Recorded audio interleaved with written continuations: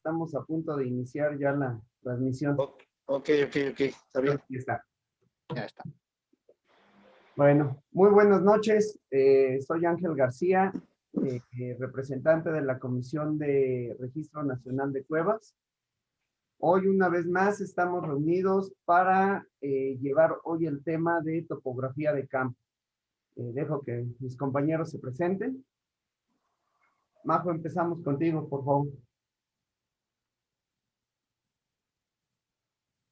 Micrófono. Buenas noches, soy María José Gómez del Grupo Espeleológico AHAU. Un saludo a todos. ¿Beno? Hola, buenas noches. Yo soy Beno Firen, yo represento aquí la Asociación de Montañismo de la UNAM. Soy arquitecto y arqueólogo y pues mucho gusto de estar aquí. Buenas noches. Muy bien. ¿Paulo? Hola, buenas noches a todos. Yo soy Paulo Campos, soy independiente en la UMAI y afiliado al grupo HEC. ¿Miguel? Buenas noches, mi nombre es Miguel Barragán, soy parte del grupo espeleológico Chico Mostó y pues lo mismo, aquí deseoso de aprender el día de hoy, mucho de todos ustedes. Gracias. Muy bien, bueno, pues el tema del día estamos enfocados a tratar de que nos compartan sus conceptos, sus experiencias en cuanto a la topografía de campo, para tratar de que todos lleguemos a algunos puntos en común y podamos así crear criterios nacionales, por lo menos, o universales. El primer tema que yo considero que es importante es el uso del GPS y su formato. No sé qué nos quieras comentar, María José, sobre esto.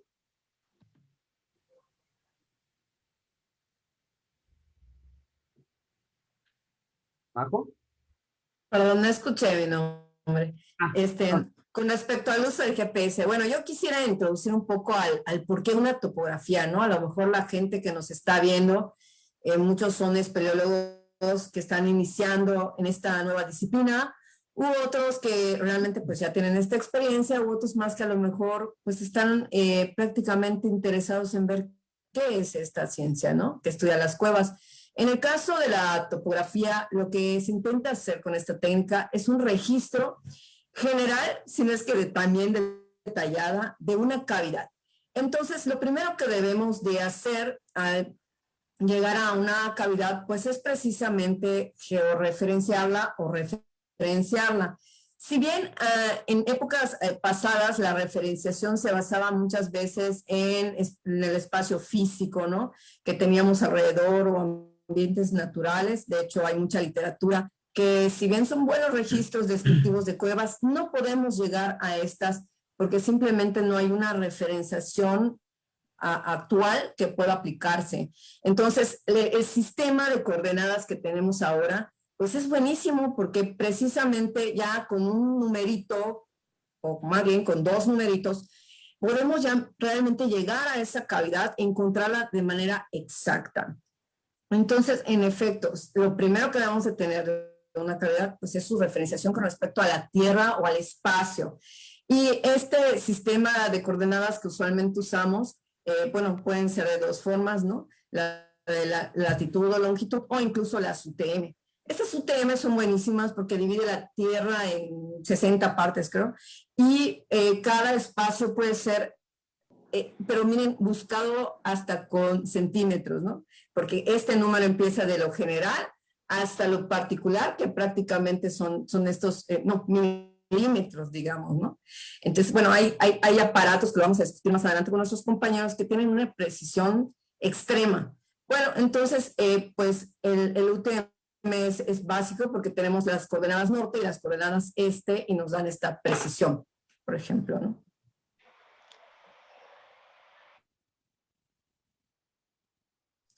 Estás en silencio, Ángel.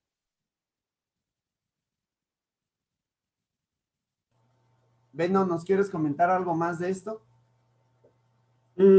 Pues, mira, proyecciones geográficas ¿no? Y los sistemas de coordenadas que menciona María José, pues precisamente, digamos, o sea, yo hubiera explicado esto en principio con esa famosa naranja que se corta en pedazos. Majo sonríe, por supuesto, ¿no? ¿Cómo llevamos algo que es 3D, algo que es parte de este mundo que es un elipsoide, ¿no? Ni es una esfera perfecta. ¿Cómo llevamos esto a un mapa 2D? ¿Cómo lo desplegamos? Entonces hay muchas diferentes formas de proyectar, ¿no? Y muchas diferentes formas cómo hacer esta traducción. Al fin y al cabo es un juego matemático, ¿no? Entonces, cuando Majo dice que los son geniales, pues sí lo son para nuestras latitudes, ¿no? Sí lo son para Alemania, sí lo son para México, lo son para China, pero siempre en medio, digamos, entre los trópicos de Cáncer, ¿no? Porque entonces empiezan las deformaciones y así cada sistema de coordenadas tiene pues diferentes deformaciones en diferentes lugares dependiendo qué abstracción geométrica se usa para representar este modelo del globo terrestre, ¿no? Entonces, seguramente vamos a usar siempre muchos de estos. El chiste es que los usamos y que nos ubicamos bien en el globo. Y ahí Majo tiene toda la razón, pues UTM con las posiciones atrás de la coma, pues es milimétrico, ¿no? Al fin y al cabo es infinitamente pequeño y podríamos hasta determinar un nanómetro en el globo terrestre, terráqueo, ¿no? ¿Sí? Ok. Paulo, ¿algo más que nos quieras comentar? Pues yo cuando empecé a dedicarme a estos temas, ya estaba buscando cuevas, intentar encontrarlas, la referencia de la vaca ya no funcionaba y tenía que ser algo más específico. Entonces teníamos que trabajar con las coordenadas nacionales de Portugal, de mi tierra, y en ese tiempo trabajamos también con las europeas. Nuestros mapas militares tenían las nacionales, las europeas más recientes, porque los datos,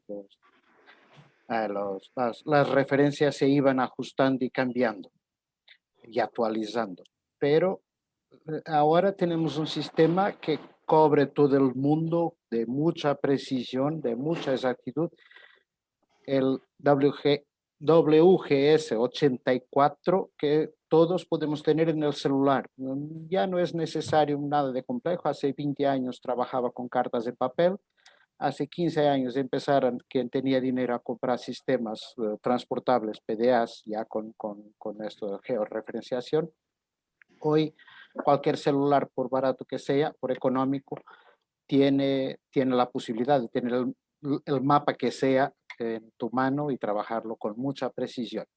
Les recuerdo que la referencia y la evolución no va a hacer regresarnos al papel, pero ahora ya tenemos 4 sistemas de satelitales en servicio. Creo que ya están los 4 en servicio. Si no están los 4 en servicio, algunos están por entrar a la brevedad, no estoy muy seguro, que es el americano, el WGS-84, el europeo, el Galileo, el ruso, que ya también está funcionando, y el chino. Y hay muchos celulares que se pueden comprar. Aquí en México no vi ninguno, pero ya por ahí se pueden comprar. Por ejemplo, en Taiwán ya compré que tienen, que sirven con todos los sistemas, que vienen preparados para todos los sistemas. Uno elige cuál quiere. Esto va a ser la evolución ahora y facilitarnos con mucha facilidad. Encontramos, registramos, llevamos en el celular. Yo tengo un celular chiquito, un Xiaomi, donde llevo todos mis registros. Espera que lo enseñe. Así una cosita chiquita, muy resistente, metálico. Es lo que llevo para las campañas. No es el que ocupo en mi vida normal, pero este es el que llevo para las campañas, que tiene toda esa información, el registro de las cuevas todas, y además también el Topodroid, donde después subo los datos de las cuevas. Ok. Sí, Paulo, mira, es muy interesante esto que nos acabas de decir acerca incluso de los aparatos que usamos para tomar las lecturas. Yo voy a 2 puntos. Existen varios tipos que podemos registrar nuestras coordenadas. incluso si lo vamos a usar en grados, minutos, segundos o en metros, centímetros. Para evitar confusiones, ¿qué sería lo más conveniente? Y bueno, esto ya es el turno ahora de Miguel.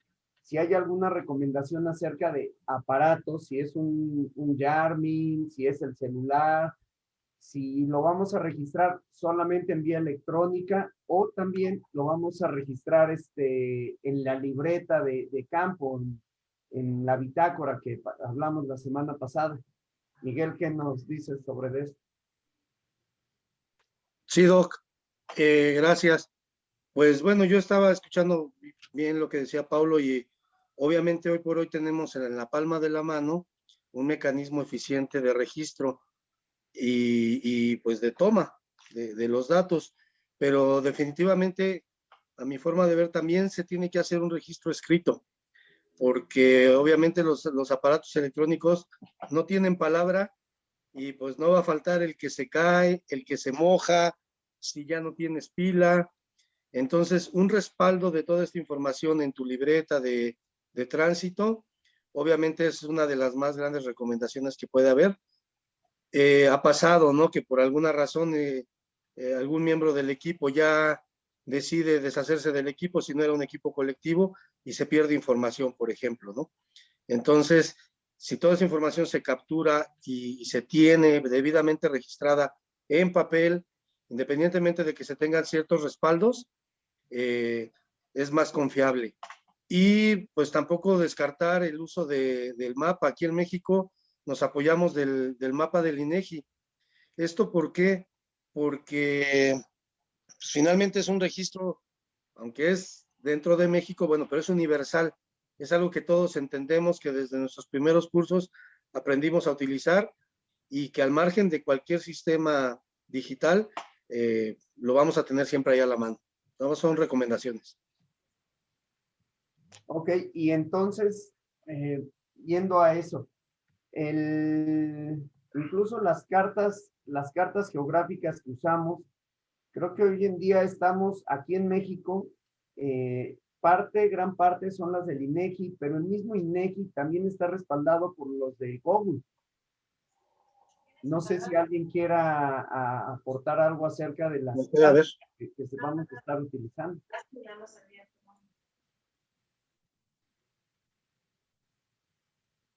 Nadie en su experiencia sobre qué, bueno, por favor. Pues muchas de las cartas del INEGI están producidas en los años 80 a partir de fotogrametría, a través de, pues digamos, fotos satelitales, pues las tecnologías que se tenía en este momento y las curvas de nivel son derivaciones de estas, ¿no? Las curvas de nivel hasta hoy son bastante buenas, ¿no? Y las cartas en sí son bastante precisas a la escala a que se presentan, ¿no? La mayoría de las cartas están en unos 50,000, que es digamos, una escala relativamente grande, pero al otro lado permite de vez en cuando presentar hasta digamos, un edificio municipal, por ejemplo, a esa escala, ¿no? Marcan, pues nos dan diferentes puntos de referencia, diferentes elementos de referencia, ¿no? Como cualquier carta, utilizan polígonos, líneas y puntos, ¿no? Las líneas podemos imaginarnos, por supuesto, son ríos, son las propias curvas de nivel, son fronteras o límite digamos, cables eléctricos, líneas eléctricas, y esto nos sirve para referenciarnos en el campo, ¿no? Digamos, la ventaja o el hecho porque todos las usamos es porque usan una cuadrícula, proyectan ya esa cuadrícula UTM, que en los años 80 pues existía ya, ¿no? Mercator, UTM es Universal Transversal Mercator, y Mercator lo inventó hace varios cientos de años. Esa división de la superficie terrestre en unidades métricas, Y ahora, si pensamos en las cartas, pues es relativamente fácil. En las cartas topográficas del INEGI aparece una cuadrícula azul, y esa cuadrícula azul pues es precisamente 1000 por 1000 metros. Y eso lo hace tan fácil, como dijo Majo hace rato, de orientarnos dentro de esta carta, también de manera digital, porque estos conjuntos de datos hoy están todos disponibles en la página del INEGI. Entonces es muy, digamos, muy conveniente, muy intuitivo el acceso a este tipo de datos, y no solo utilizando tal cual la carta impresa de los años 80, sino pues seleccionar específicamente los datos que a mí como espeólogo pues me convengan. O sea, yo proyecto ríos, proyecto ya la topografía y sus curvas de nivel. Tal vez me pongo un modelo de elevación digital abajo para ver como con más facilidad. Es un modelo sombreado, si se imaginan esto así, para los que escuchan aquí. Y entonces, pues, selectivamente proyectar solo los datos que a mí me interesan para interpretar a la superficie. Es decir, tal vez vías fluviales, o tal vez manantiales, o tal vez mostrar todas las depresiones, ¿no? Ahí llevamos el tema, o llevaría el tema al uso de los sistemas de información geográfica para hacer un trabajo de gabinete antes de ir a campo, ¿no? Y ya conocer de cierta forma la zona o el comportamiento del relieve para buscar en el lugar correcto, ¿no? Ok. Bueno, ahora esto me lleva, y es el siguiente tema, y lo hablo un poco desde la experiencia personal.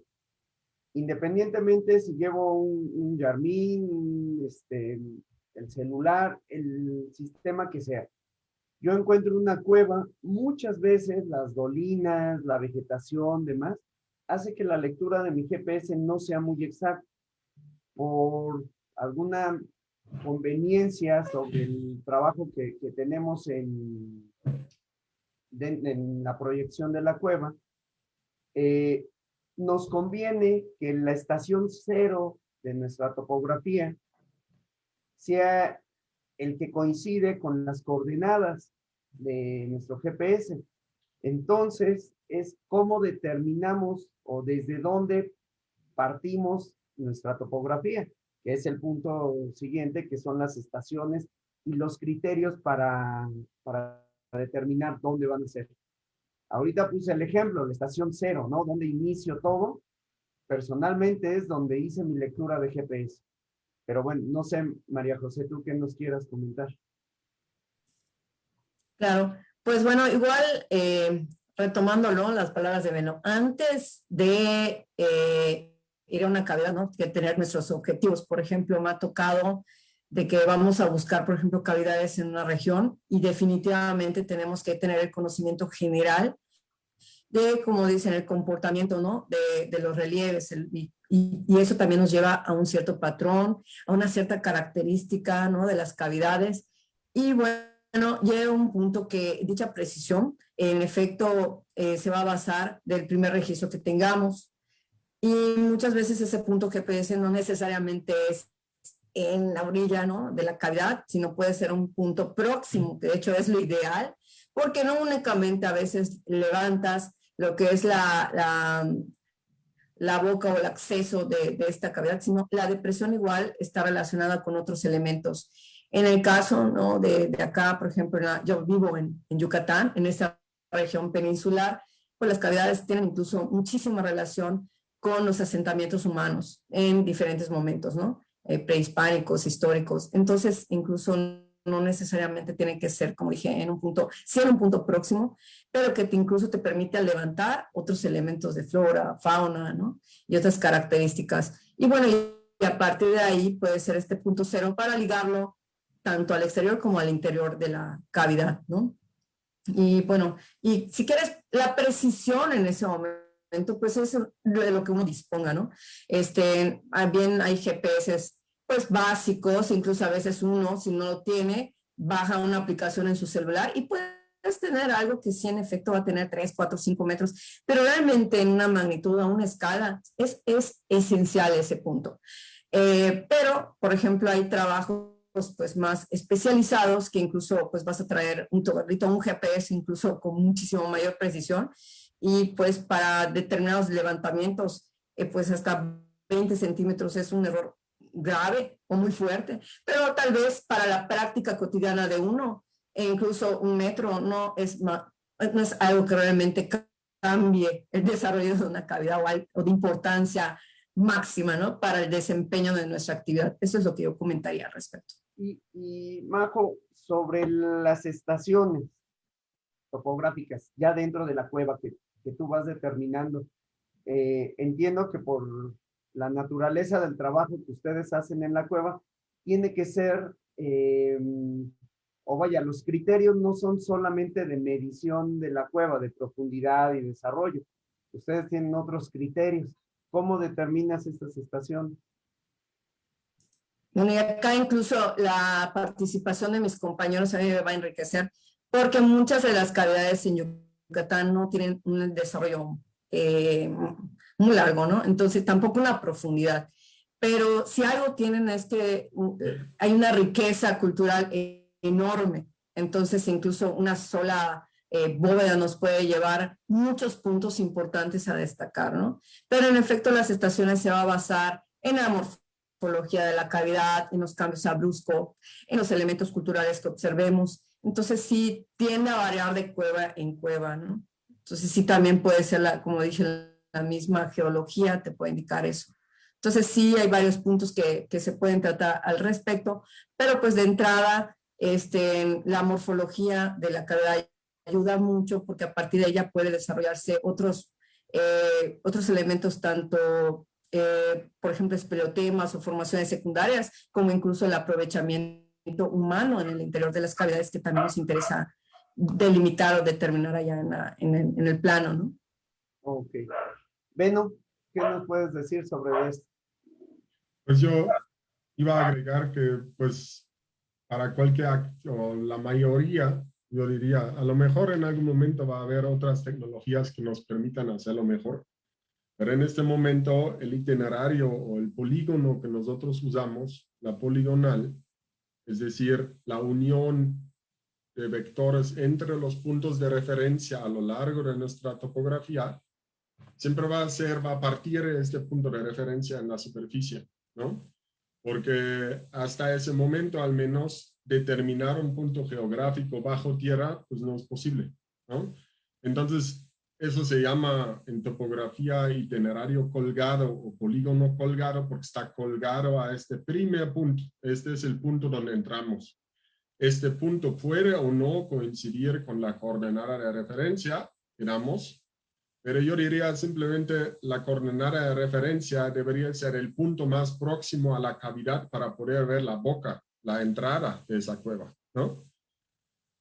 Entonces, los errores del GPS, un GPS genérico como esto, ¿no? Un Garmin, eso es un iTrex 30. Ese tipo de GPS siempre va a tener un error y ese error no solo es porque los satélites, digamos, la comunicación con el satélite en el horizonte tiene ángulos tan rasantes que se provoca este error en la altura y en la posición, ¿no? Sino aparte de esto tiene un error artificial, porque precisamente estos no están hechos para lanzar misiles, ¿no? Entonces, hay manera, con un tripié, seguramente Majo pensó en esto cuando lo dijo, hay manera de establecer un punto más preciso con un tripié, se deja 2 horas, esos son GPS geodésicos que se utiliza para construir nuestras carreteras, ¿no? ¿Sí? Para hacer el punto bien y trazarla del mismo ancho a lo largo de 40 kilómetros, ¿no? Para nosotros es totalmente suficiente esto y yo, desde mi perspectiva, diría que hasta es suficiente para lo que hacemos en la arqueología, ¿no? Precisamente porque tenemos un punto de referencia y a partir de este punto parte lo que llamamos en arqueología retícula de excavación.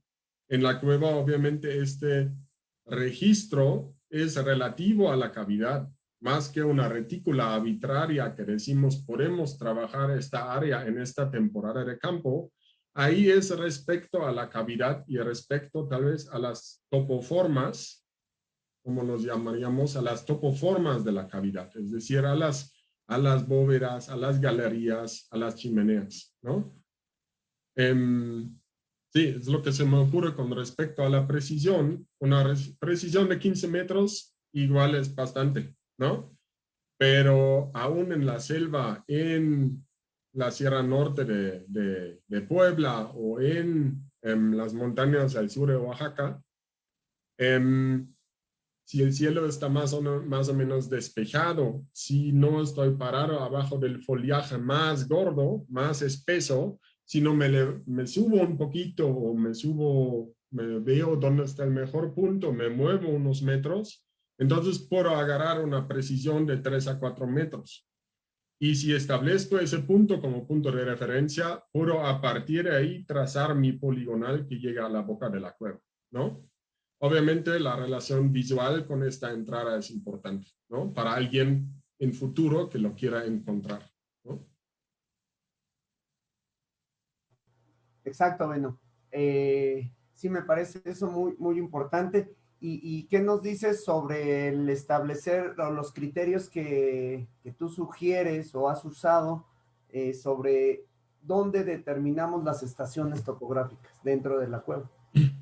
Pues, miren, o sea, para estacionar, para determinar una estación topográfica, igual es similar adentro y afuera de la cueva, pero afuera sin duda es importante cuidar que si establezco un punto que quiero volver a encontrar, que cuido la permanencia de esa referencia, ¿no?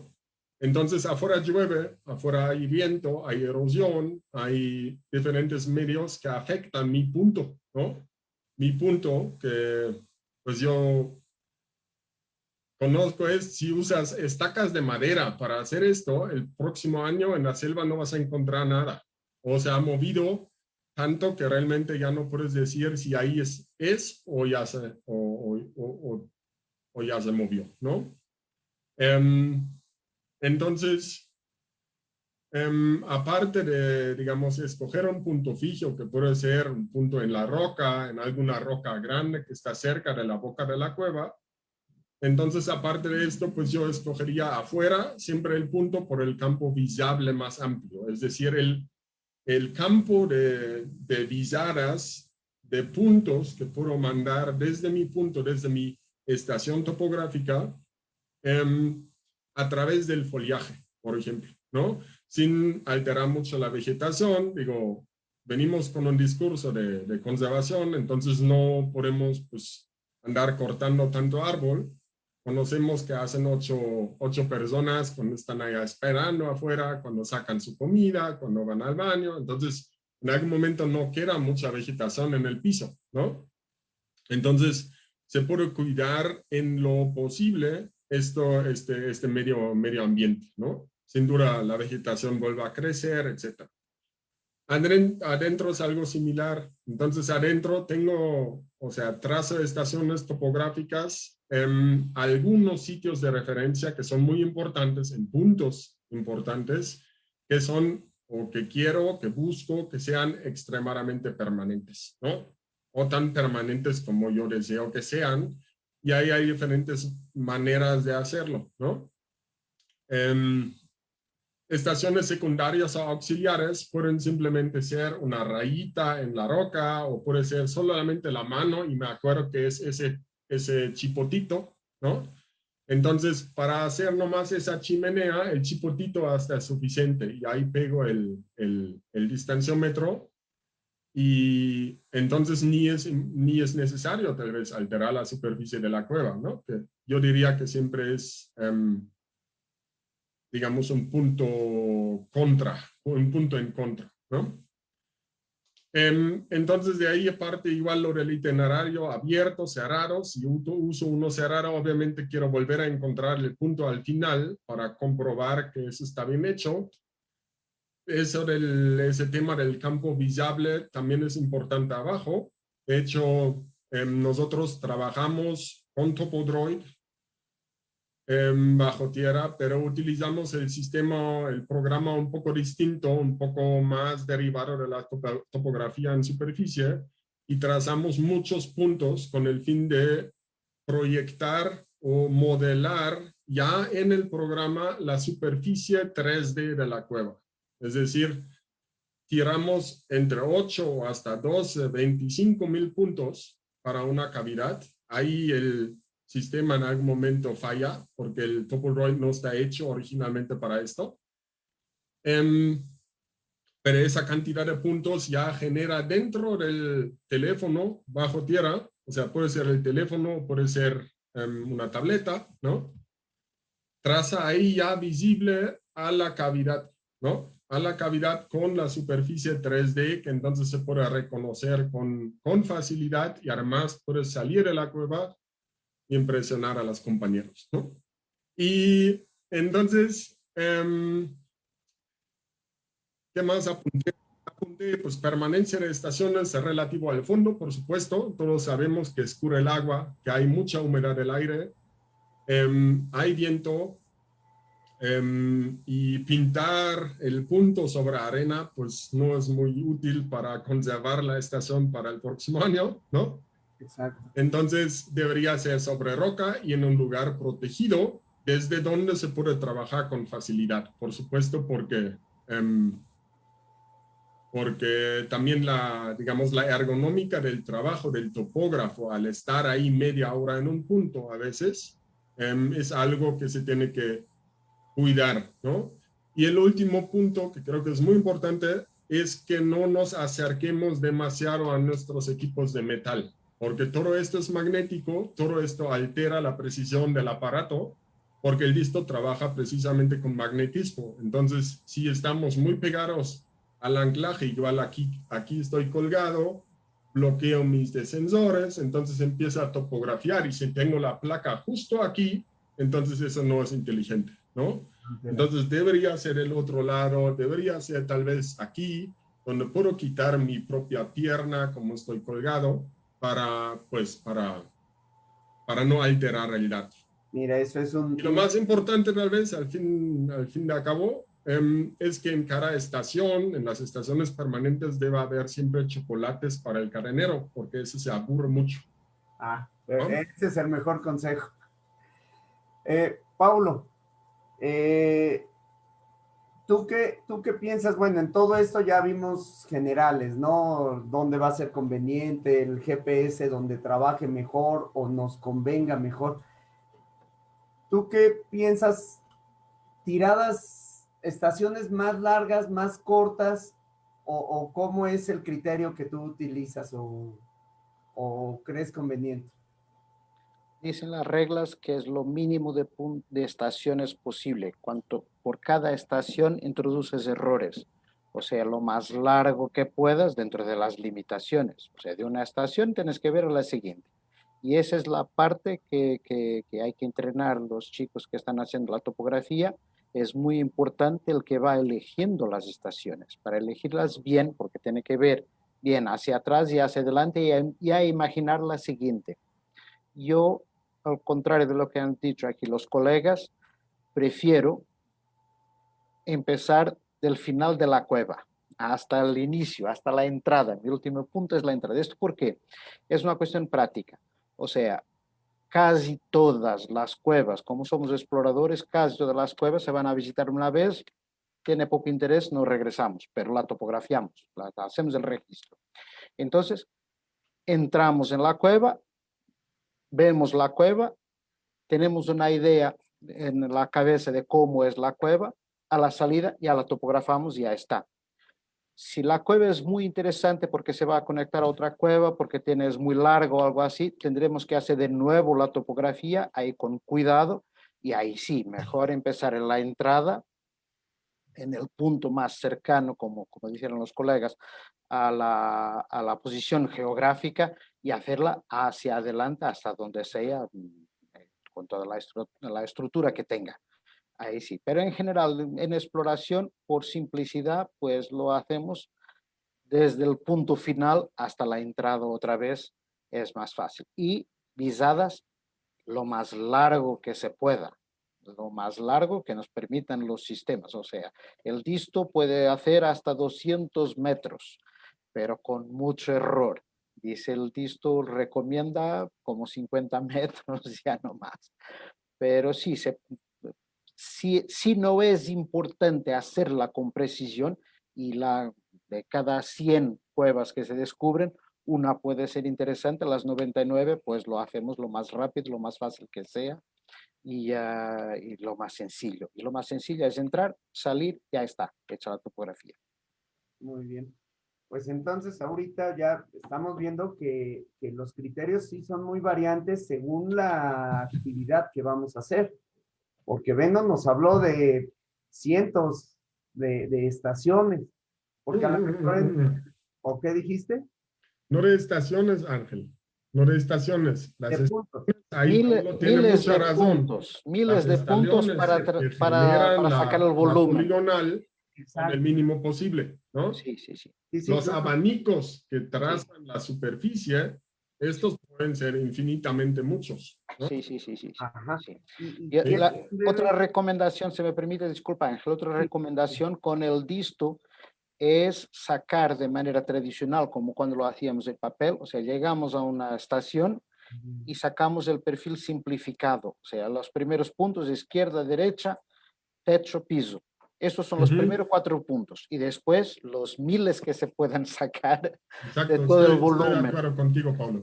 ¿Por qué? Porque La con dinámica del facilidad, trabajo. sí, con facilidad el disto puede exportar datos para el Visual Topo, para los más básicos que trabajan solo con esos 4 puntos y se aprovecha. Bueno, Visual Topo es capaz de trabajar también los otros puntos, pero estoy de acuerdo contigo que y la dinámica que normalmente manejamos es los primeros 4 puntos cuando el topógrafo llega a la estación desde donde va a trabajar, ¿no? El carenero ya se movió adelante, ¿no? Entonces, los primeros 4 puntos son precisamente estos puntos tradicionales. Miguel lo mencionó hace rato, es importante tener ese respaldo de papel, ¿no? Porque el visto es un medio electrónico, se pierden con mucha facilidad, entonces manejar los dos o tener ese respaldo análogo de por sí, ¿no? Eso es algo que siempre cuidamos también, por supuesto, ¿no? Solo una referencia más. Beno ya lo refirió, ya lo repitió 2 o 3 veces y lo voy a insistir porque no lo ha dicho así de una manera clara. Lo importante es la poligonal. Eso es lo que tiene que ser preciso, lo que tiene que ser cuidado, es trazar la poligonal. Todos los otros puntos son accesorios y son para dar una idea de la cueva lo más exacto que se pueda. Estoy completamente de acuerdo en eso de que hay una base que es la poligonal y, insisto, según la actividad en cada cueva, porque, y hablo desde el punto particular de explorador, a lo mejor el volumen y la precisión de un salón no me es tan interesante como explorador. A lo mejor como arqueólogo es muy, muy necesario todos esos detalles. Pero bueno, continuamos con Miguel. Miguel, Sí, perdón, Miguel, ahora sí que te voy a dirigir un poquito como compañeros de grupo. Me gustaría que empezaras tantito hablando de la experiencia, de la importancia de la precisión del GPS del punto cero, con aquella experiencia que tuvimos de hacer una entrada hacia el sistema de la Virgen. Pero bueno, sí, adelante. Sí, no, excelente, excelente. Rápido, el punto anterior rápidamente. Yo creo que qué tan precisa quieras hacer tu topografía va a depender mucho de tus objetivos. Si tu objetivo de exploración es básicamente conocerla, pues basta saber la profundidad, la distancia. Si, por ejemplo, el tema es arqueológico, bueno, seguramente son puntos más precisos.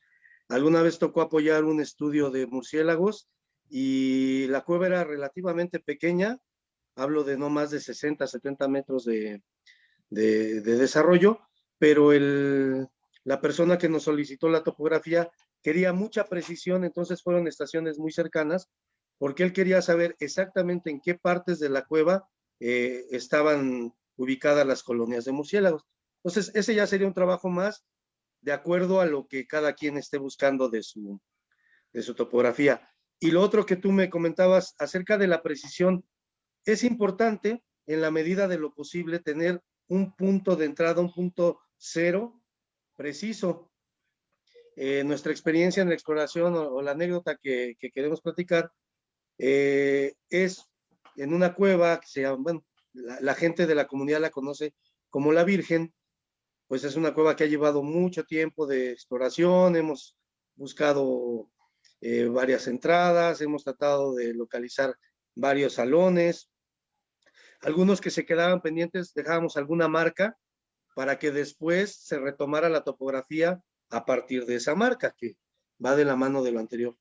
El caso es que en algún momento empezamos a notar que la cueva iba dando una especie de giro, iba dando un regreso, incluso algunas escaladas, y nos dimos a la tarea de determinar qué parte de la cueva, dentro de la cueva, correspondía a la superficie y qué tanta distancia podía haber. Y todo esto basado en la información que teníamos ya de topografía de varios años atrás, se fue concretando al grado de llegar a un punto preciso con pues prácticamente menos de 5 metros de diferencia en superficie al punto que dentro de la cueva estábamos considerando. Como era un punto alto de la cueva, habíamos escalado, incluso llegamos a hacer una conexión, primero a través de prendimos un copal dentro de la cueva y el humo del copal salió de la cueva y se olía en la superficie. Fue un trabajo que hicimos en 2 equipos. Y luego pues ya la conexión por voz. Y bueno, el tercer punto era tratar de desobstruir para lograr esa otra entrada, pero bueno, era muy estrecho el pasaje entre los bloques. La idea de encontrar esa entrada era porque nos ahorraba mucho camino dentro de la exploración de la cueva misma. Es decir, en vez de hacer todo el recorrido tradicional, bueno, si entrábamos por esta otra parte, aparte de que recortábamos el tramo a explorar, también evitábamos algunos pasajes bastante estrechos y complejos. Entonces, conclusión, pues siempre que puedas tener puntos de referencia confiables, incluso que los puedas rectificar al paso de los años, si el proyecto lleva mucho tiempo, vale la pena. Ok. Ahí en este trabajo se tuvo que llevar hasta cálculo de declinación magnética para tratar de que fuera menor ese error. Pero bueno, mencionabas, Miguel, ahora sí que empezamos contigo, de Sí. las marcas que se dejan dentro de la cueva para dar continuidad a la topografía y demás. Es ya sobre ese tema de los señalamientos y la simbología que usamos dentro de la cueva.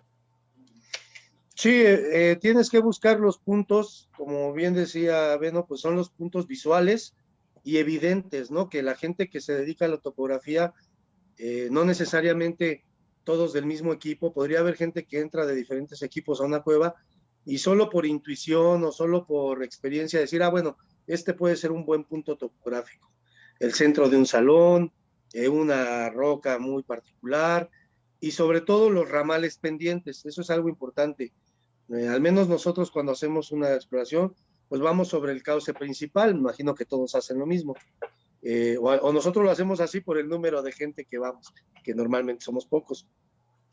Y entonces dejamos una marca, a veces es un listón, a veces es un acúmulo de piedras, en los ramales que quedan pendientes para el otro año, para años siguientes, si es que vamos a regresar a esa cueva, y que sean fácilmente identificables, ¿no? Prácticamente esa sería un poco la forma en que se ha trabajado. En una cinta ponemos el año de la exploración, los nombres de los exploradores y según la libreta que se lleva de tránsito, pues obviamente vas generando un punto de estación topográfica.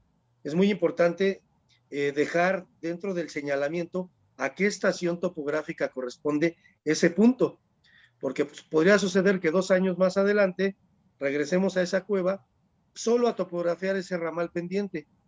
Y entonces vas a tu libreta y sabes perfectamente de qué punto en adelante continúa tu topografía.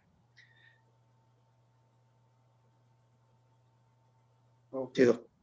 Muy bien. Paulo, ¿nos querías comentar algo acerca de esto? O bueno, continuamos contigo. Sí, solo un detallito que es mi recomendación para marcar las estaciones es ocupar, hay muchas teorías, pero mi recomendación es ocupar verniz de uñas, de señores, el barniz de las uñas. Si se ocupa un color azul vivo que se note bien, hacer una pequeña pintita muy discretita, es duradero, el agua no lo lleva con facilidad, se aguanta ahí debajo por años. Okay. Como decía Beno, por supuesto no podemos hacer una estación en la arena. El piso no es recomendable, pero lo demás en general sirve y como decía también Miguel, algo que sea muy intuitivo. Y si se pone una pintita de color azul que no se salga con facilidad, azul, o otra que no exista naturalmente en la cueva, porque el azul es muy raro en las cuevas. Y por eso la recomendación es esa. Y sobre los datos, o sea, una marca con barniz de uñas, me imagino, bueno, haces un punto, una X, lo que sea, pero sin más información adicional. La cuestión de la información adicional es estar impactando la cueva, o sea, nuestra recomendación en general la tenemos en el papel, la escribimos, la registramos, pero no la dejamos ahí. Oh. Ya había algunos sistemas que no recomiendo nada, de ahí, por ejemplo, un sistema muy sofisticado de mis colegas italianos que pegan miras grandotas, así, miras grandotas que reflejan, que de material reflectante, que las pegan con poliuretano y se quedan ahí muy bien por mucho tiempo. Pero es impactar la cueva que no es necesaria. Es muy bonito tener ahí el registro numeradito, quién son los colegas, todo, es presumir mucho, pero no es necesario. Ok. Beno, ¿querrás comentar algo acerca de esto? Yo estoy muy de acuerdo ahí con Paulo que pues hay que disminuir en lo posible pues el impacto a la cavidad, ¿no? Eso también cuenta para los pasos donde pasan 10, 15 espeólogos durante 2 semanas. O sea, si pasa esto, entonces del fondo del suelo no va a quedar mucho y hay conductos que pues de por sí van a ser alterados lamentablemente porque a veces la cueva se cubre en 3D con formaciones, ¿no? Yo recuerdo ahí un conducto específico que tenía como formaciones en forma de coliflor, así chiquitas, ¿no? Y al pasar tanta gente, pues nos cuidamos mucho de pisar siempre las pisadas del compañero anterior, ¿no? Precisamente para no alterarlo tanto, ¿no? Entonces, pues lo que hemos usado últimamente afuera, yo empezaría otra vez afuera, es amarrar cinta reflejante en los árboles, ¿no? Que al final del trabajo en esta cueva pues se retira porque es plástico, ¿no? Entonces que no se quede ahí en el bosque. Algo muy útil como para guiar a los compañeros del día siguiente para encontrar la boca de la cueva. Muchas veces nos guiamos pues por los senderos y en los senderos se puede armar como los llamamos puertas pues de estacas de madera, ¿no? Entonces sabemos cómo son estas estacas, estos símbolos de madera del propio bosque que son buenos pues para decir que tienes que tomar la derecha y no la izquierda, ¿no? Para llegar a la boca. Entonces, fotografías de referencia son útiles cuando no es follaje, porque en el follaje, pues todo queda, en una fotografía de hojas, pues todo queda 2D, entonces no tiene mucho caso. Y el GPS, por supuesto. Dentro de la cueva, entonces, para estaciones, pues, no permanentes, temporales, que sirven para trabajos chiquitos, para una cámara, una chimenea. Entonces ahí, si lo tenemos que marcar para el siguiente día o para el siguiente equipo que entra, entonces esa cinta reflejante ayuda, digamos, para encontrar el punto. Sin embargo, pues la idea es de retirar este material al final, ¿no? Y si fuera para una exploración lo futura, que se puede... Si fuera un trabajo pendiente para tu exploración del próximo año. Para la exploración del próximo año usamos también esmalte de uñas. A mí siempre me ha gustado rosa, Pablo, pero eso lo podemos discutir.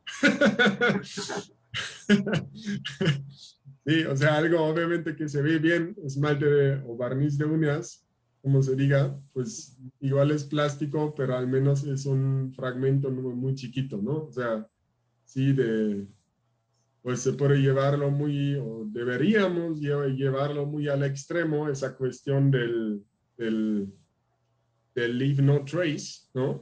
Sin embargo, pues sabemos todos que también nuestra ropa se desgasta y las pelusas del overall, o sea, siempre vamos a dejar huella, digo. O sea, siempre si bajamos, dejamos alguna huella, aunque sea de nanoplástico, ¿no?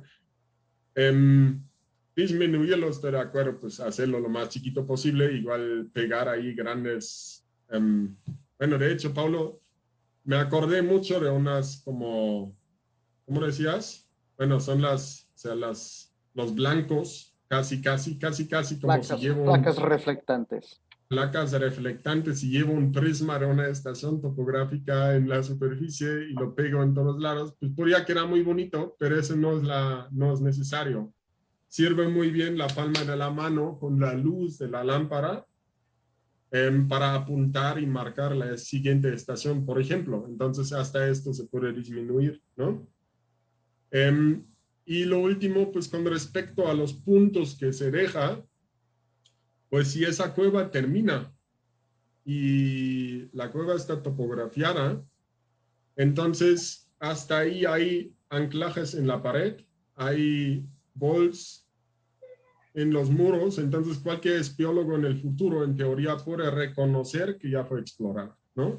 Okay. Entonces, en el momento que yo abandono una cueva, entonces no es necesario realmente dejar algo abajo. Si para el próximo año queda ahí, digamos, un punto donde hay ventanas o hay todo un conducto por donde puede continuar, puede seguir, entonces a lo mejor es útil dejar esta información ahí, y en el caso pues del trabajo análogo y también del listo, pues es entonces relevante de dejar también el dato de la declinación magnética, ¿no? Claro. Sí, precisamente para que no haya este pliegue de hasta 5 grados, podríamos pensar, hasta se puede invertir algún año el campo magnético terrestre que estamos esperando, ¿no? Porque pasa cada X tiempo, cada X cientos de miles de años.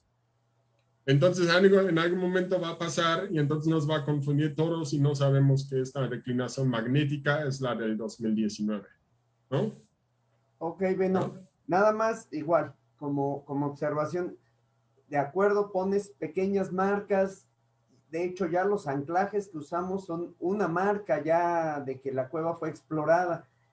Desafortunadamente estamos ante el escenario de tan poca información acerca de las demás exploraciones de otros grupos, que a lo mejor, y lo digo por experiencia, llegamos a una cueva que pensamos que no es explorada, encontramos rastros de que alguien ya estuvo ahí, y sin embargo no sabemos quién estuvo, cuándo estuvo, qué hicieron. Y llegar a la información es un trabajo bastante complejo. Creo que a lo mejor si cuando acabemos de concretar un registro nacional, eso se puede volver más sencillo. Con unas solas coordenadas vas a obtener un montón de información. Pero hoy por hoy, no sé, tal vez a mí personalmente no me parece tan mala idea dejar información dentro de la cueva. Pero bueno, vamos a seguir ahorita un poquito el orden. María José, por favor, sobre esto, ¿qué nos querías decir? Sí, fíjate, Ángel, lo que tú estabas comentando a lo último, ¿no? Esa era mi duda, porque por lo mismo que no existe como un registro. En el caso del grupo, ¿no? Del grupo espeleológico HAU, no solemos dejar estas marcas en la cavidad. E incluso no nos ha pasado realmente, o muy pocas veces, que tengamos que regresar a una cavidad a un siguiente año para registrarla. Entonces no dejamos datos estos a lo mucho con estas cintas, ¿no? Entonces, pero esto que comentas es muy interesante, ¿no? De que como al no existir una base de datos, como comentábamos la semana pasada, de estos registros, pues sí se pierde mucho esta información. Y más ustedes que están en zonas que son cavidades realmente complicadas, que sí planean ustedes expediciones incluso de meses, pues sí estaría interesante estandarizarlas, ¿no? Ya escuchamos que incluso tienen patrones similares en sus registros. Pero, por ejemplo, acá lo que suele suceder también es que en el exterior las cavidades en la roca madre, del exterior en la superficie se deja, por ejemplo, el punto, ¿no? Del GPS, como estaban mencionando, y a veces a partir de ahí se vuelve a empezar esta toma de puntos. Pero bueno, me es grato igual escuchar cómo es este proceso en otros sectores en donde los desarrollos son realmente tan largos que sí te implica dejar algo mínimo, claro que siempre y cuando sea el mismo grupo y que sepa realmente dónde está este punto para darle esta continuación. Creo que de allá la importancia de ustedes de que siempre sea como que el mismo grupo que explore esa cavidad, porque son realmente desarrollos, como dije, muy largos, no muy profundos. En el caso de acá, por ejemplo, incluso puede ser que haya un mapeo. A nosotros nos ha pasado mucho que en los 80s hubo registro, por ejemplo, de determinada cavidad y que hemos regresado y que hay algunos elementos que no están registrados, o al menos que nos interesan muchísimo, ¿no? Y bueno, sí se puede retomar esta topografía o enriquecerla, o en su caso, dependiendo de las técnicas que se haya usado previamente, pues darle, digamos, otro, pues más que mejorarla, tal vez hacerla con un poco mayor de precisión o aumentar los espacios registrados, aunque tú no hayas hecho esta topografía previa, ¿no? Me refiero a ¿me escuchan? Estos dibujos de hace 20, 30 o 50 años previamente, ¿no? Elaborados. Ok, sí, pues es completamente el enfoque del trabajo que hacen ustedes. Paulo, ¿nos querías comentar algo? Sí, pues quería ser malito contigo y recordarte que tu trabajo es eso, justo que no sea necesario estar poluindo las cuevas y tener las publicaciones. O sea, si todos publicamos el trabajo de una manera más protegida o menos protegida, ya tenemos la información. Ese es un paso difícil. O sea, lo que no hay que decir a la gente para no dejar basura dentro de las cuevas. Hay que hacer también tu trabajo, que es crear los sistemas que podamos compartir. No es fácil, ya lo sé. Exacto, no, y todo esto entonces, acabamos de llegar a un llamado a la comunidad a que se registren, porque si no la información, si no la podemos dejar por temas ambientales dentro de la cueva, entonces tenemos que compartir la información fuera de la cueva para evitar y podamos seguir trabajando en todo esto. Pues sí, es trabajo mío y de toda la comunidad. Eso, Pues correcto. entonces, continuamos. Ya ahorita platicamos mucho acerca de los medios digitales, el Topodroid que nos hace ya tal vez ni siquiera es necesario un croquis tal cual, y los datos se van dando por default. Pero bueno, ir un poquito atrás, ¿qué tan importante creen que sea la elaboración de un croquis dentro de la cueva cuando estamos, ya sea en la libreta, ya sea en el celular? ¿Y qué datos no se nos deben de escapar el generar dentro de la cueva? Porque hace rato decía, bueno, vemos esta saliente, ya sé que esa saliente es la de mi punto topográfico, pero sucede que salgo de la cueva, descanso, como, lo que sea, y cuando estamos sintetizando la información, ¿cuál era o se me fue por completo el punto? No sé en su experiencia cuáles son los datos, los registros y croquis esenciales. Empezamos contigo, Pablo, por favor. Eso es traición. Ahora ya te estás vengando de mí, ¿no? Ah, Sí. ok. Pues el croquis tiene una función de explicar algo que es importante. O sea, depende de lo que sea importante en cada espacio. Depende mucho. Lo más importante es, de alguna manera, el volumen y la forma. Eso es el principal punto del croquis. Pero lo que hay que poner en el croquis depende. Si yo soy arqueólogo, voy a hacer un croquis ajustado a mis necesidades de hallazgos que hay ahí. Si yo no soy arqueólogo, ni idea de lo que pasa en ese tema, voy a hacer un croquis que solo tenga la posición de la cueva, la forma. Depende mucho, es muy variado para que nos sirva el croquis. Hay que hacerlo, es importante. Con el Topodroid ya se puede hacer de manera informática, de manera digital, directamente en el celular o en el iPad, en el equipo que se lleve. Llevar libreta de apuntes, las libretas de espeleología, hacer apuntes básicos, sigue siendo importante, aunque tengamos muchos sistemas digitales que se quedan sin pilas ahí abajo.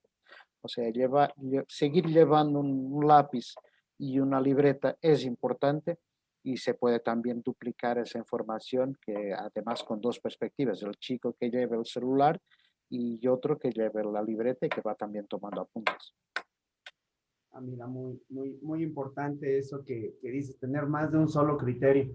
María José, algo que nos quieras complementar en esto. Pues yo veo esencial el croquis básico, ¿no? Es parte de durante el bueno, en mi caso, yo pienso que es parte de, o sea, estoy levantando, estoy haciendo mi croquis, es una observación, incluso puedes detallar, puedes dar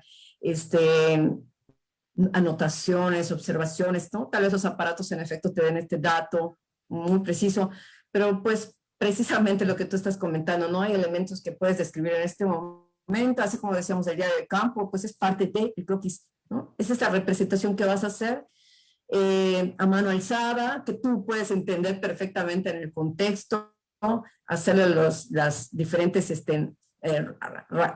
rayas, anotaciones, todo, ¿no? Dibujos complementarios. De hecho, a veces podemos hacer los croquis en una bóveda, en una galería, conforme vamos avanzando, diferentes elementos, ¿no? Es enriquecedor. Pienso que es básico, en mi caso, yo pienso que es básico tenerlo igual a la mano, además de estos datos duros. Y algunos datos dentro del croquis que tú consideras que sean esenciales para todas las cuevas. Para todas. Bueno, pues precisamente, ¿no? El caso de los accesos, las características del desarrollo, como dije, el desarrollo principal, algunas, por ejemplo, ramificaciones que tengan, elementos geomorfológicos, ¿no? Bueno, en nuestro caso, las cuevas están llenas de elementos culturales, incluso hay zonas en donde podemos ver concentraciones de elementos también culturales. Para nosotros es esencial incluso anotarlos, incluso tener pequeñas estaciones o puntos de levantamiento en estas zonas.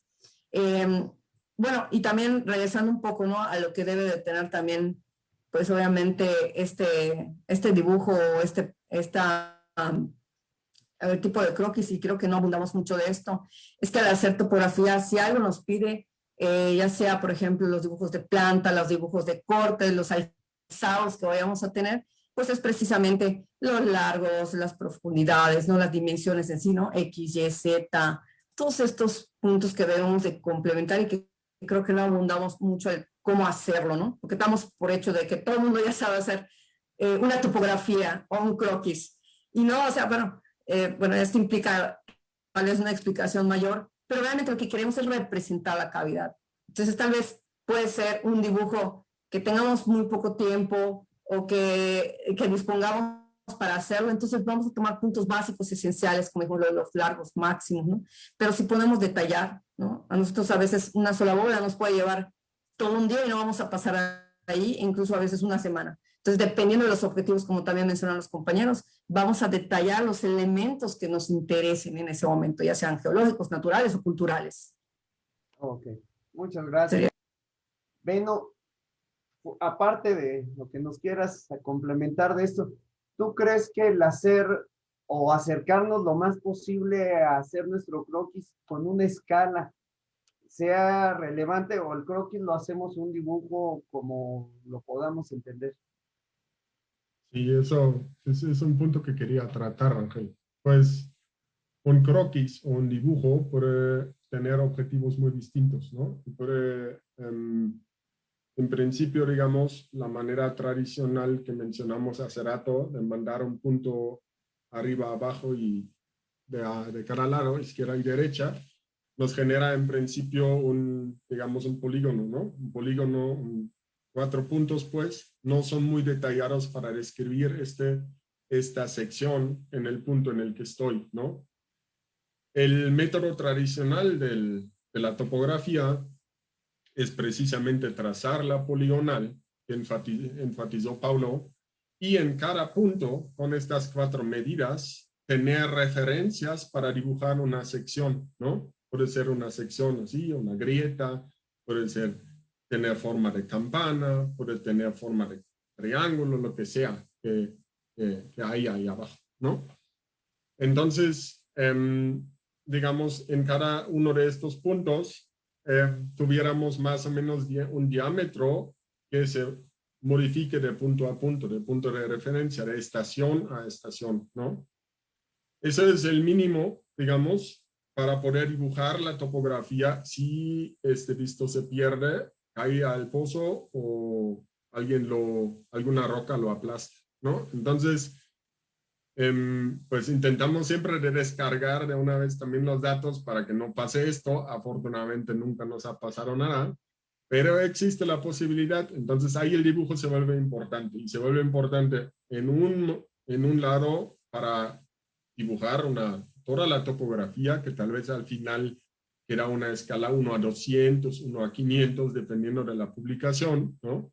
A tamaño carta, o todavía tal vez a una hoja de 120 por 90,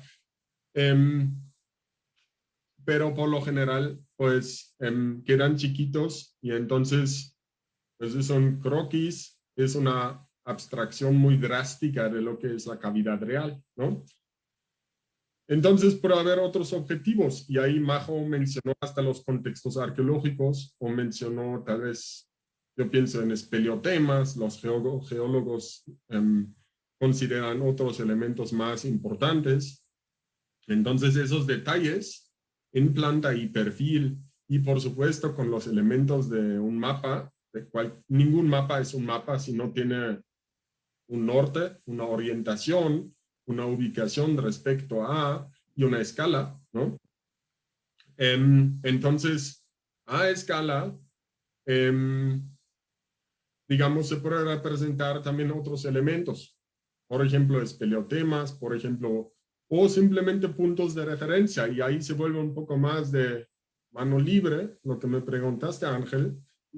Puesto puedo también representar puntos de esta cosa, es donde tienes que dar vuelta a la izquierda, ¿no? Por supuesto, para eso también sirve el croquis, y el croquis también sirve para relacionar este recuerdo con el dibujo digital, ¿no? Que voy a ver 2, 3 o hasta mucho más después, o en el mejor caso, pues en la tardecita o en la madrugada siguiente, cuando llego, cuando salgo de la cueva, en la computadora, ¿no? Yo pienso que un croquis también debería o podría utilizar, nosotros lo hacemos en lo posible, no siempre lo respetamos, no somos totalmente consecuentes tampoco, pero intentamos utilizar normalmente ya ahí la simbología de la UIS, ¿no? O sea, al menos para marcar un pozo, al menos para justo para trazar, para hacer, para honorar ese pasado de los topógrafos análogos, ¿no? Porque es precisamente, no es por nada, no tiene, no es, pues esa experiencia que trae una simbología como esta internacional, que con sus variaciones es relativamente estandarizada, permite pues de comunicar o de referirse a elementos que bien se olvida al dibujarlo medio año después, ¿no? Y entonces se me ocurre al final, otro elemento que para un croquis es bueno. En el croquis se puede aclarar perfectamente bien ya desde ahí. Cuando leo a la topografía digital, a veces se me hace difícil de ubicar qué es arriba, qué es abajo, qué está sobrepuesto, porque la pantalla 2D, aunque yo pueda mover el modelo, pues se me hace muy difícil de llevar esto a un dibujo en 2D a veces, ¿no? Aún con las herramientas digitales de poner cortes, de poner ya en las diferentes softwares que podemos utilizar, que es desde AutoCAD, que yo utilizo con gusto un programa 3D, Rhino, y entonces Illustrator para hacer las publicaciones, para hacer los dibujos finales en limpio, ¿no? Pero a veces es difícil y el croquis entonces puede ayudar a ubicar los elementos superpuestos, ¿no? O la ubicación, la proyección de las galerías superpuestas y pues identificar qué es respecto a la galería principal, así lo dijo Majo hace rato, respecto a la galería principal, que sería la que lleva esta poligonal básica, ¿no? Donde se encuentran las cosas chiquitas, ¿no? Los detallitos, lo que también gráficamente hace el dibujo bonito al final, ¿no? Exacto, también tiene su parte de, pues dices, bonito, estético, ¿no? Todo este asunto. Miguel, ¿tú crees que dentro de todos estos datos sea importante señalar zonas de riesgo, derrumbes, donde claramente hay agua que llega, eh, cuestiones, cuestiones de estilo, del estilo que en la misma exploración van a ser útiles? Por supuesto, doctor, yo estaba escuchando a Beno y un poquito me robaba las palabras, ¿no? Un croquis es la vieja escuela, la escuela donde todo era a mano, donde todo era con la lámpara de carburo y donde tenías que echar a volar la imaginación para que luego otros entendieran y siguieran tus pasos dentro de la cueva, ¿no? O sea, un croquis es fundamental. De hecho, tan fundamental es que se va haciendo a la par de la misma topografía. Vas haciendo notas, vas haciendo un dibujo y entonces queda impreso en la misma libreta y ahí, mientras más detallado sea, mejor. ¿Por qué es importante? Se me venía a la mente incluso un punto caliente, un posible lugar de descanso, evidentemente cualquier parte que implique un riesgo, llegadas de agua.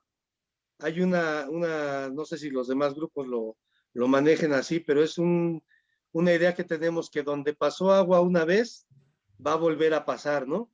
Entonces, si ves un cauce seco, que normalmente toda la cueva lo es, situaciones de riesgo, es importante determinarlas en el croquis y en la libreta, por supuesto.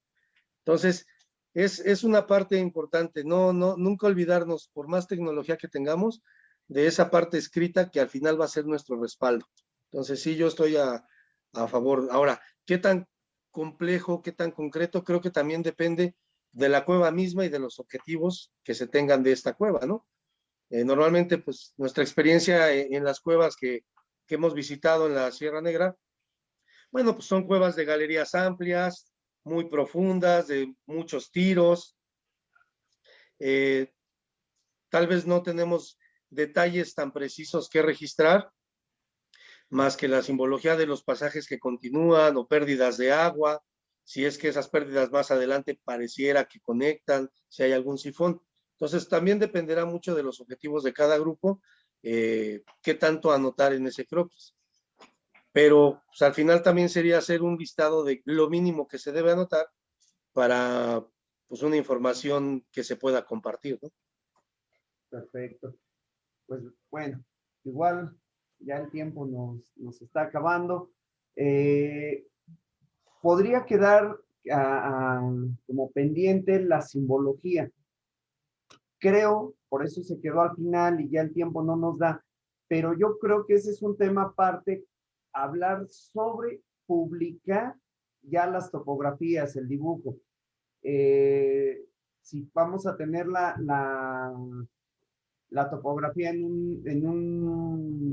una publicación digital, una publicación impresa y demás. Pero bueno, eso ya es un tema para una siguiente charla.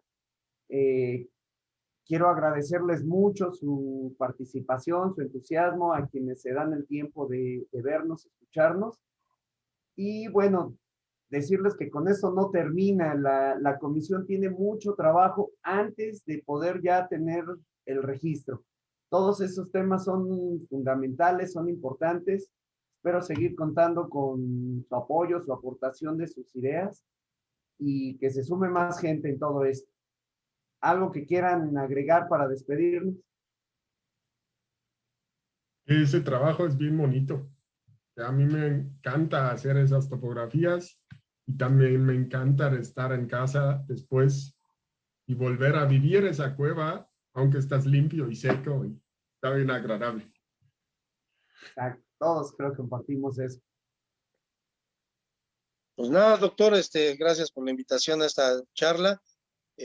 Algo que también quería mencionar hace un rato, a veces también va la visión de de las personas que ingresan a la cueva, ¿no? Del equipo de trabajo. Por ejemplo, está el que arma, tal vez para mí un croquis como armador. Pues este es un tiro, hay puntos altos, la roca es firme, pues no tienes nada, tienes que traer una tirada larga de un pasamanos. Entonces tal vez es una visión del que arma, ¿no? Y sean datos importantes para el armador de la cueva. Pero tal vez el que va haciendo la topografía va viendo referencias, por ejemplo, en alguna cueva, ¿no? Una formación en forma de rosa, por ejemplo. Bueno, entonces haces un señalamiento que hay una formación particularmente bonita, que hay que tener cuidado, que no hay que pisarla. Entonces, va teniendo muchas implicaciones el tener una buena información de la cueva, porque bueno, igual y el mismo equipo entramos varias veces y tomamos esas precauciones y las respetemos. Pero si mañana pasado nuestras cuevas empezamos a compartir y empezamos a visitar todas las que otros han visitado, pues ya llevamos bastante camino avanzado con lo que se comparta de información. Muy bueno, Buenas noches. Miguel. Muy bueno, Miguel, porque justo ese tema no tratamos para nada y que obviamente la topografía también sirve para registrar el armado, ¿no? ¿También? Creo que También. nadie antes de nosotros lo mencionó y es imprescindible, por supuesto, de indicar dónde son los lugares para armar, Conveniente. ¿no? Exactamente, sí. De largo de los tiros, qué cuerdas se usan, número de Exacto. anclajes, en fin. Sí, claro. Continúa. Paulo, ¿nos querías? Solo un pequeño comentario. Estuvimos 1 hora y 20 minutos platicando de topografía y hay que recordar a la gente que un croquis de toda la cavidad es una topografía. O sea, si yo no llevo un visto y lo hago de memoria después de la salida, ya es, según la UIS, un croquis de nivel 1. Si dentro de la cueva lo voy haciendo, según lo voy viendo, ya es un croquis de nivel 2, ya es una topografía de nivel 2. Esos son válidos, hay que apuntarlo cuando la publicamos, decir, mira, esto lo hizo mirando, no tenía con qué medirlo y esto es lo que vi. Pero sí, son válidos, son formas de topografía válidas. Bien. Pues muchísimas gracias a todos. Bueno, yo no sé si para finalizar pueda comentar.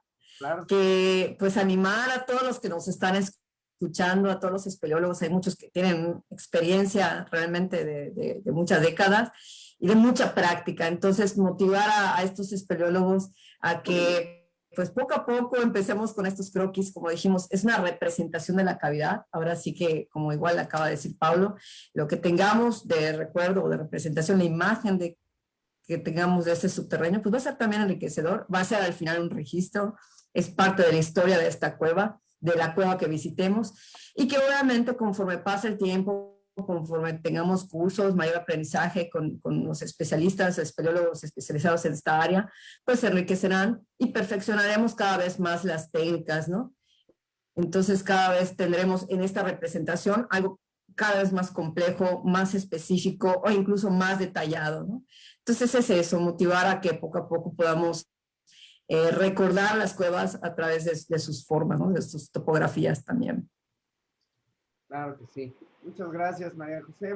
Muchas gracias a todos. Y bueno, a seguir trabajando para que todo esto crezca.